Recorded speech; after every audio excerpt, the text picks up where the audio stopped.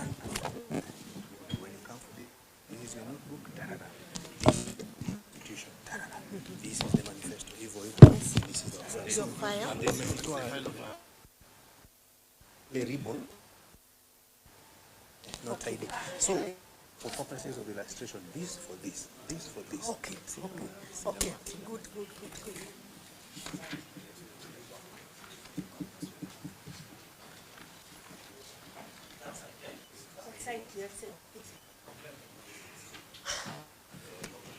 Please have a seat. You may get seated.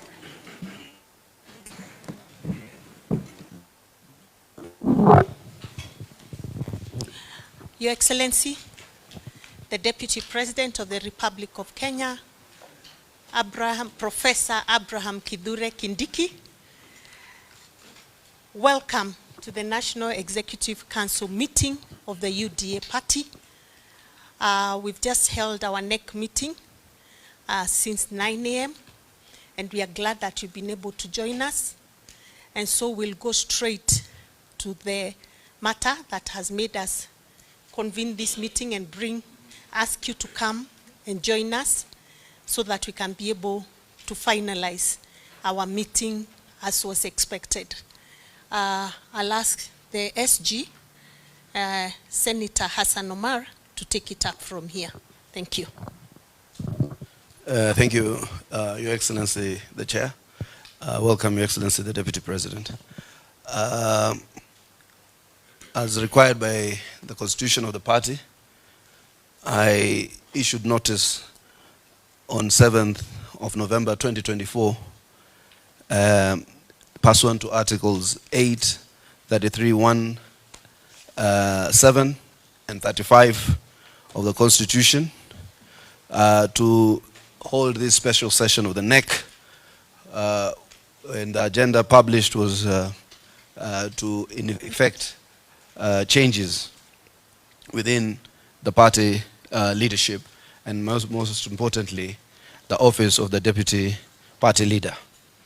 So today, on the 11th day of November 2024, at the party headquarters at 9 a.m., we convened the United Democratic Alliance National Executive Committee and wish to state, whereas the National Assembly on the 8th of October 2024 approved a motion to remove from office by impeachment His Excellency Rigathi Gachagua, then Deputy President of the Republic of Kenya, and whereas the Senate, by more than the constitutional threshold of 2/3 of all the members of the Senate, voted to uphold 5 impeachment charges on the 17th of October 2024 and resolved to remove from office by way of impeachment His Excellency Rigathi Gachagua, then as Deputy President, and as communicated via Gazette Notice number 13,400 published in the Kenya Gazette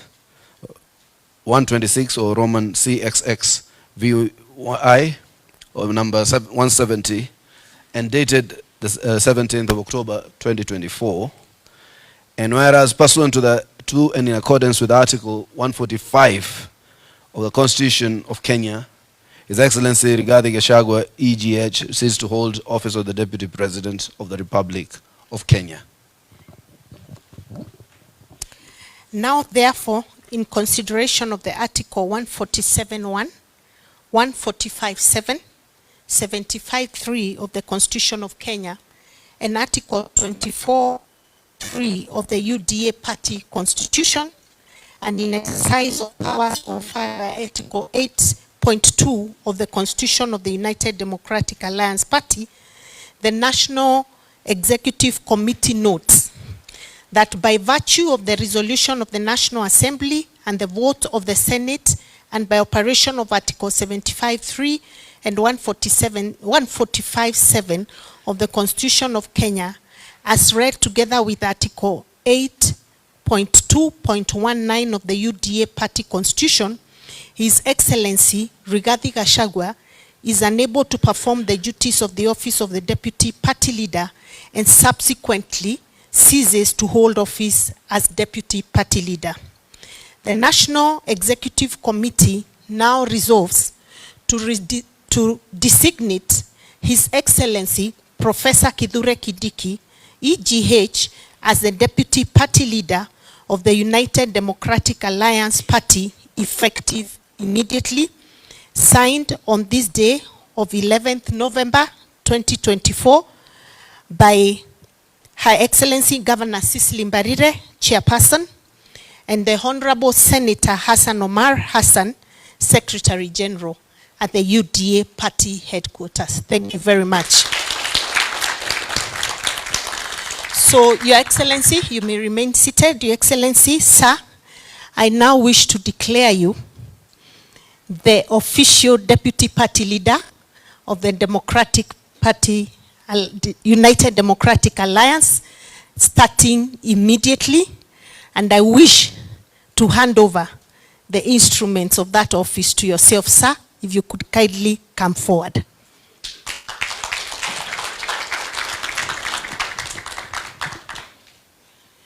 Your Excellency, this will be your notebook for all our meetings. As you can see, it has your name on it. So please take all the notes of the party there.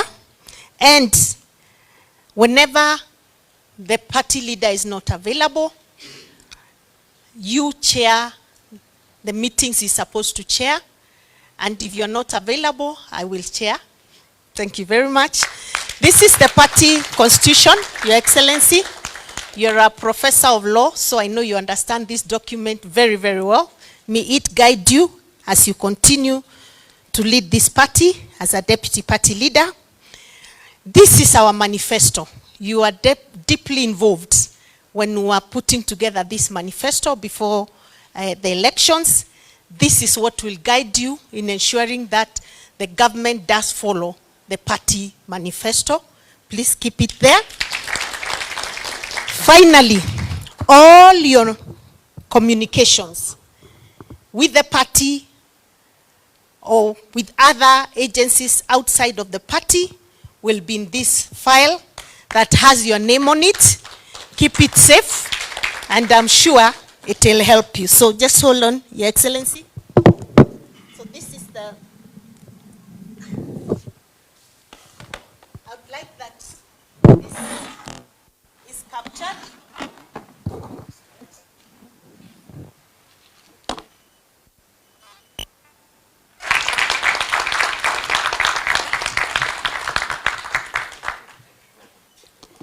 Sir, it is now my honor and pleasure to welcome you to take the seat of the Deputy Party Leader of the UDA Party. Thank you, SG. Thank you very much. Please be seated. Thank you very much, Chairperson of the UDA and Secretary General, distinguished members of the National Executive Committee of the UDA. It gives me pleasure today as I give thanks to the party and to the Almighty God for the privilege to chair, or rather to assist this party in serving as the deputy party leader. The last few weeks have been momentous as we went through the constitutional and judicial processes that have led to the change of guard in the office of the Deputy President of the Republic. And therefore, I must thank you as the party organ that is responsible for steering the day-to-day activities of the party. I must thank you for acting swiftly to make sure that our party does not experience any leadership gaps, so that we move forward the same way the other constitutional process of the transition in the office of the Deputy President of the Republic has already been concluded, to ensure that there is seamless service delivery to the people of Kenya and to the members of our party. Thank you very much. Number two, I want to say that I have been part of the journey this party has traveled since it was founded. I am a proud member of the UDA, and therefore my first responsibility is my responsibility as a loyal party member of UDA, which I have been in the past and I intend to continue being, because all of us are members of this family called UDA, and it is what has made us what we all are outside the context of this meeting. I remember that immediately before I assumed office as Deputy President of the Republic, I served in this administration as Cabinet Secretary for Interior. And every time I have met the leadership of the party, the chairperson, the Secretary General, the Treasurer, members of NEC, party members, I always reminded them that, look, I would not be Interior Minister if it was not for the party. And in all democratic countries, in all multi-party democratic countries, the party is the one that forms government, and therefore the party is bigger than government. The head of state and government is the party leader first before being president, because he is a product. He holds that office by virtue of the party. And therefore, I am very clear in my mind what we need to do as a party going forward. Of course, the second role, which has been bestowed on you again with a lot of humility this morning, I accept, other than being a party member, to now serve as deputy party leader. In that role, I expect to assist our party leader as he steers our party, as he steers the country, as the leader also of the country at the moment, so that some of the functions that he delegates to me, requests me to assist in, or I am asked to assist in by the party, I'll be more than able, more than willing and available to assist in. I am taking over this role in a very, very defining moment in the life of our nation. At a time when the country is engaged in, or has been engaged in the recent weeks and months, in conversations about identity and who we are as a country. And there has been conversations around our nationhood and our identity as the people of Kenya. Having been a founder member of UDA, having served in different roles within the party, especially my role as chief agent of the president, our presidential candidate and the running mate during that time, I am aware that our party stands for the unity of our country. I am also privileged to have taken part in the drafting of our constitution and also the setting up of the various organs that are established in the party constitution. I have also been privileged to be part of the team that put together the manifesto of our party. And in all those things that I have cited, I am also very aware that our party stands for the unity of our country. And therefore, as this transition takes place, I want to assure you my unwavering loyalty to the ideals for which our party stands for. I will work with all the organs established under our party constitution for the good and for the better and optimal performance of our party as expected of us by the people of Kenya. I will lead a very consultative engagement, and of course, we will all take direction and leadership from our party leader, who is the vision carrier of our administration and who right now is in the steering of our party even as we march into the future. The last thing that I want to say is that even as we look at building unity in the party and unity in our nation, I want to communicate or assure that a united country, the unity of Kenya, is not a threat to the segments that constitute Kenya. We need to understand that the unity of Kenya is not inimical. It doesn't work counter to the interests of the segments that constitute Kenya. What it does is to make the segments that constitute Kenya stronger and more viable.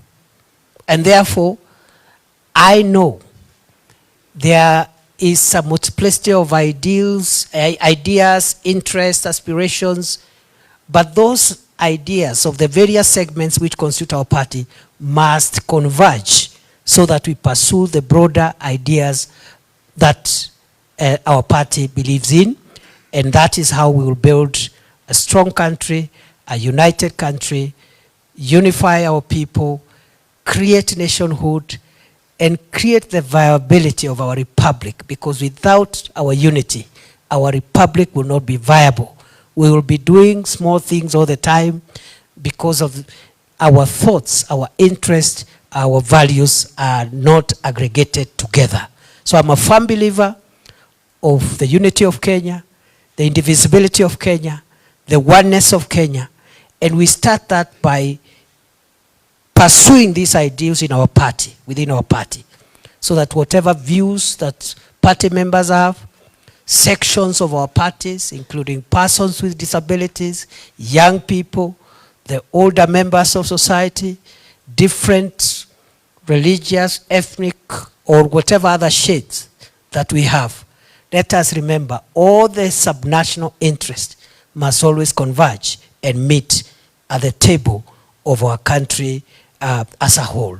So I wish you well, and I look forward to work with you, and I look forward to spending more time here. I have been coming here, of course, with the permission of the party leadership, but in a discreet manner for two reasons. Why I've been coming here at least once every 2 weeks for an hour or so is because I was the Interior Minister, and I needed to know that this place is secure, because because the head of state is our party leader, and he uses this facility, isn't it? And therefore I needed to check from time to time that this facility is secure for the Commander-in-Chief. Number two, I used to come here because I until now, and I'm still consulting with the chair and the SG and the other leaders of the party officials, that until now, I am the chief agent of the president until I hand over to the next chief agent. So I will be advised by the party how we go about that. I am a custodian of very many instruments that relate to electoral aspects of our presidential candidate. And just like the IEBC, that office must continue, the chief agent's office must continue to exist until another one comes in for the next election cycle. So I used to come here as the chief agent of the president to make sure that the paperwork is still okay. Nobody has interfered with the files. Our liaison with the registrar of political parties is still okay, but only in that limited sense of being a chief agent. Of course, there wasn't much work after the Supreme Court determined the validity of the election, but it is good manners and good practice that the party's presidential chief agent must hover around until another one is appointed. And going forward, we shall discuss that. So I've been asked just to give a short summary in Swahili for the sake of our members who are out there. Nataka nishukuru kwa sababu siku ya leo ni siku muhimu sana katika chama chetu cha UDA. Miezi michache imepita, wiki chache zilizopita, kumekuwa na mabadiliko katika ofisi ya naibu wa rais, na kulingana na katiba ya nchi yetu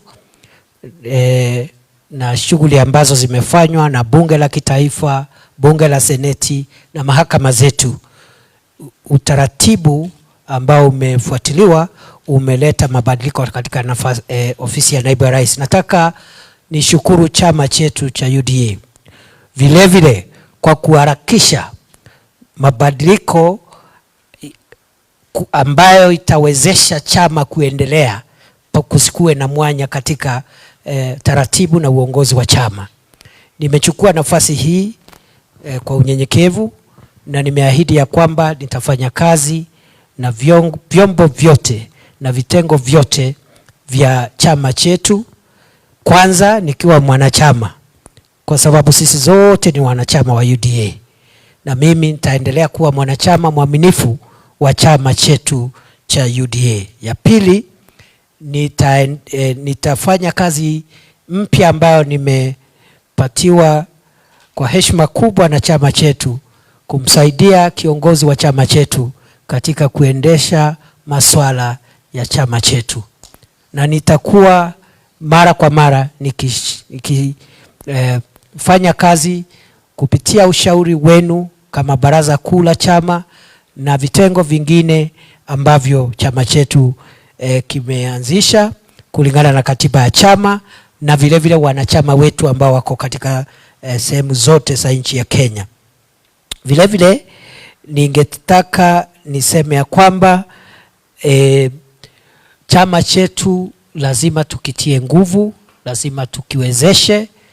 Kuna masuala ambao bado lazima tuyaendeleze, kiwemo jambo la kusajili wanachama. We need to register more members, and therefore I'm going to be part of the drive that is ongoing and try to put our minds together with the party officials, the party leader, so that we can increase our numbers, the membership numbers. That registration of members is a very important thing that we must continue with. The second exercise is, of course, the elections, the grassroots elections that have been going on. We will again, under the leadership of our party leader and consultations with the party organs, make sure that we proceed with that process of completing grassroots party elections. Tukimalizia ni kusema ya kwamba mimi vile vile ninaamini ya kwamba chama kiko na nafasi nzuri katika kuimarisha demokrasia katika taifa letu la Kenya. Na chama kulingana na katiba yetu ndio kinaleta serikali. Serikali zinaletwa na chama. Chama ambacho kinashinda uchaguzi ndicho kinaleta rais, mawaziri na vyombo vingine na vitengo vingine vya serikali ya kitaifa. Kwa hivyo chama chetu ni chombo muhimu cha demokrasia, na mimi shirikiana na wanachama wetu na maafisa wa chama na mkuu ama kiongozi wa chama chetu kuhakikisha kwamba tumeimarisha chama chetu, kukitia nguvu ili kiweze kudumu kwa miaka mingi itakayokuja. Kwa hayo mengi nawashukuru sana. It is an honor and privilege for me to assume this office today. And I don't know what is the next thing, Chair. I stand to be guided so that I can now, you can tell me what next. Thank you very much and God bless you. Thank you so much, Your Excellency, the Deputy President and the Deputy Party Leader. We are very happy to have you in office, and I believe with your able leadership, this party will move to the next level. I'm just informed by our treasurer that going forward, starting end of this month, Your Excellency, you'll be expected to pay your monthly subscription to the party. Now that you're the deputy party leader, so he'll be communicating to you officially on what is expected of you as the deputy party leader, because that's what we do when we are in these offices. That's different. That's different. That's different. And then, Your Excellency, I'll now request that you accept to have a photo session, I think right here, with the NEC members. But before we do that, so that after the session, we can allow His Excellency to leave. If you can have one of us leaders in a word of prayer, we can all be up studying, and we get one of us leading us in a word of prayer. Yes, Mheshimiwa Women Rep from Turkana, please lead us in a word of prayer. Please. Okay. Okay, tuombe. Baba Mungu mtakatifu uishie milele, tunasema ni asante kwa sababu ya adhuhuri hii. Baba, tumeshukuru sana kama officials wa NEC wa UDA. Tangu wakati tulianza tulikuita, umekuwa pamoja nazi wakati tulianza hadi tamati. Mungu wetu, tumeshukuru kwa kumleta naibu wa rais wetu mpendwa ambaye amefika mahali hapa. Amechukua kwa udogo wake sana hii nafasi yenye tumempea kama deputy party leader. Na Mungu, tunaomba yote yenye amecommit hapa kwamba umwezeshe ili sisi kama party tuweze kwenda mbele. Sisi wote hapa tukiwa wanasiasa, tukiwa NEC members, future yetu iko kwa hii chama, Mungu wetu. Kwa hivyo Baba, tunaomba uweze imarisha kabisa, uweze kutusimamisha. Baba, uweze kutuepusha na maovu yote, uweze kutuepusha na vita visivyofaa, uwape hekima na maarifa ili waweze kutupeleka level ingine. Wakumbuke kwamba kuna Mkenya kule chini mwenye anawategemea wao. Baba, tunaomba uweze kuwalinda na hata kuwaelekeza. Pia tutakapotawanyika mahali hapa, neema yako iweze kuandamana nasi kila mahali tuendapo. Tunaomba yote kupitia jina la Yesu aliye Bwana mwombezi wetu. Amen. Thank you very much. We'll now have a photo session, a quick one. Please, honorable members, come forward. Yeah, it's a photo, so please come forward, all of you.